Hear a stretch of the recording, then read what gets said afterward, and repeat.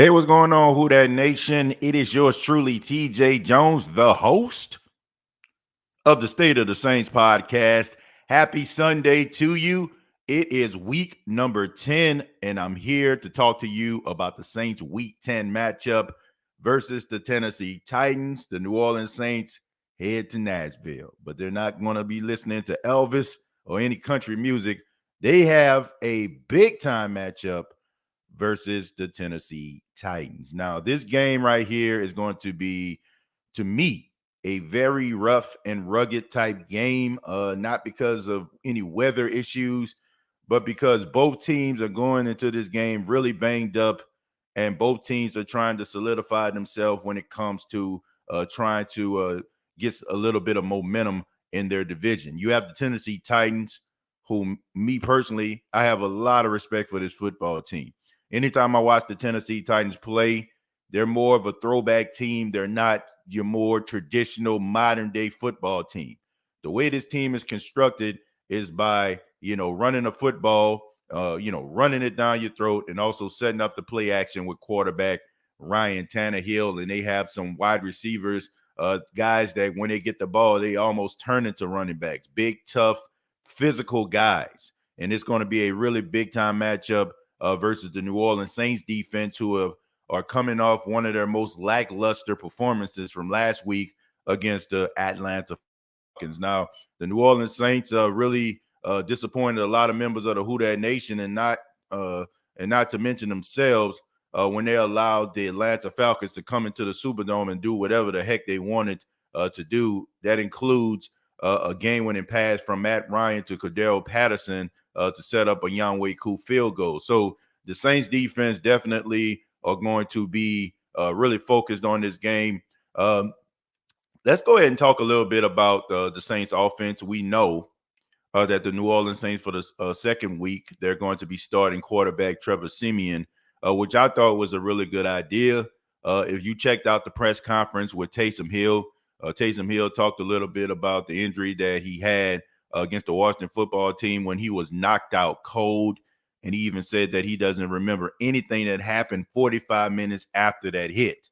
That's why I was telling a lot of people when they talk about Taysom Hill and him needing to start and him coming back. I say this all the time, we look at football, in the form of seasons, right? So, about 6 to 7 months it's football, right? But you have to look at the fact that Taysom Hill in a year's time had 3 concussions. I mean, if you count 2 that he had last year and the one he had against the football team, that is a full year of concussions. And concussions are something that you don't sneeze at. Like, I understand that, we really don't understand fully about head issues, and some of us roll our eyes, and a lot of us think that when people start talking about CTE and head issues is a little bit soft and it's taken away from the game.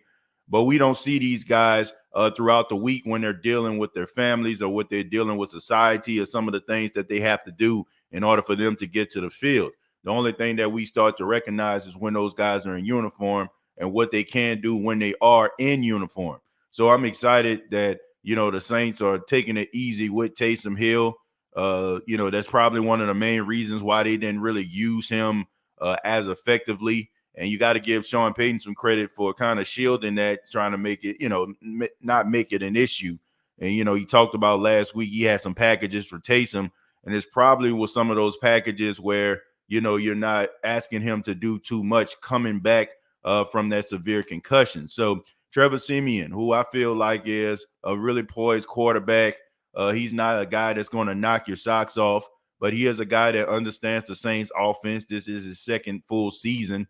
I know a lot of people may not know that, but, Trevor Siemian was the emergency quarterback last year, the COVID emergency quarterback. He was the quarterback that stayed away from the facility to make sure that the Saints actually had a starting quarterback in case they had like some type of, COVID issue inside of the organization. They didn't want a situation to happen kind of similar to when the Saints played Denver last year when they didn't have a quarterback. So Trevor Siemian understands the offense. He was always dialed in. He's always ready. He's always a guy that stays ready so he doesn't have to get ready. And last week, he played really good. You had 5 drops from the Saints receivers that could have converted first downs, could have, converted 4th downs.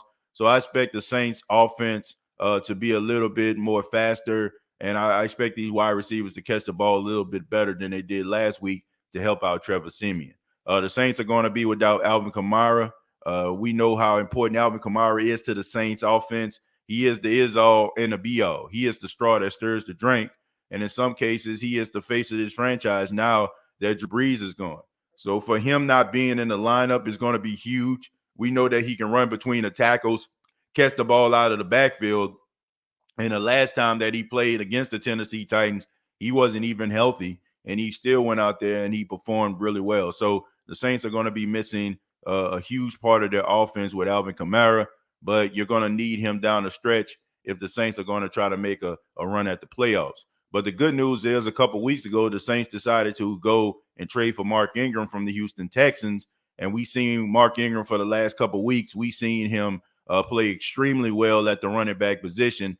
And it's no surprise to us in the Who Dat Nation what Mark Ingram can do in the Saints uniform. We know that he can catch the ball out of the backfield. He's a really good guy when it comes to running the screens, catching the ball, being able to watch his blocks develop in order for him to get yards. We know he can run between the tackle. And Mark Ingram has something that he can do that's very special that can happen today. He's only 20 yards away from becoming the New Orleans Saints all-time leading rusher. He's 20 yards away from breaking Deuce McAllister's record, which I feel like the Saints wanted him to do last week, but the game got a little bit out of hand, and they had to start throwing the football a little bit more and kind of mixing in Alvin Kamara quite a bit. So I expect for him to go ahead and break that record. Unless something happens, I'm knocking on wood in case something happened. I know most likely it won't, but you never know. The Saints wide receivers, a young, vibrant bunch, guys that are very confident in themselves. But at the same time, we need more out of them. Last week, too many drop passes, too many plays left on the field. I'm looking at guys like Adam Troutman, a guy that a lot of people had high expectations for.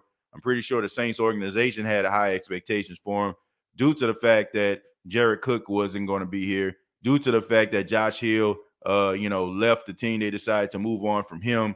They expected Adam Troutman to do more than what he's doing right now. And in some cases, he's a solid blocker at the tight end position, but he came into the NFL being a really good pass catcher and lacked in the blocking category. Now he's a more better blocker than he is a pass catcher. And Adam Troutman is a guy that I feel like he's dealing with confidence. I think that he's a guy that probably a little bit nervous. Maybe he's not too sure about what he's doing. Maybe I think he's in his head. But I think that Adam Troutman can be a really good, solid tight end, but we need to see it. I mean, Trevor Siemian, credit to him, he really tried to boost the confidence of Adam Troutman last week by trying to throw him more targets than I ever seen Adam Troutman have in the Saints uniform. So I think that the combination between Trevor Siemian and Adam Troutman, I think it might help Adam Troutman to become better offensively. The Saints also moved Kevin White to the active roster. He's now a part of the 52-man roster, so congratulations to him.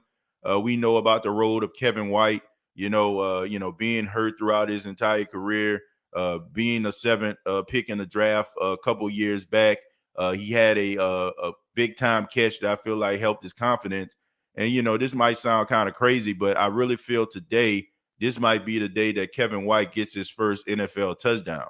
As crazy as that sounds, I mean, Kevin White, I think he came into the league in 2015. He has never registered a regular season touchdown. So I think this might be the day that he finally gets his first touchdown in the NFL. So I'm happy for him.